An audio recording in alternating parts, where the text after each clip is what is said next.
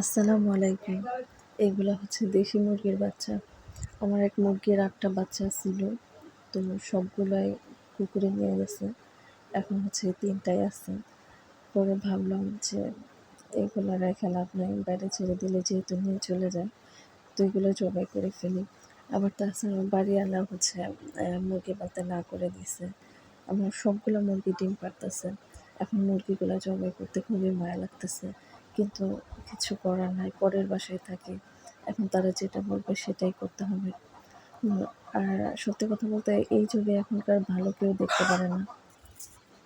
আমি মুরগি পালতেছি সেটা কারোর সহ্য হইতেছে না। মুরগি ডিম পাড়তেছে, বাচ্চা দিতেছে। যাই হোক, আল্লাহ যা করে ভালোর জন্যই করে। প্লিজ ভাইয়েরা, বোনেরা, আপনারা আমার চ্যানেলটা সাবস্ক্রাইব করে আমার পাশে থাকুন। আর একটি লাইক দিয়ে কমেন্টসে অবশ্যই জানাবেন কী করা উচিত এখন আমার। আল্লাহ হাফেজ।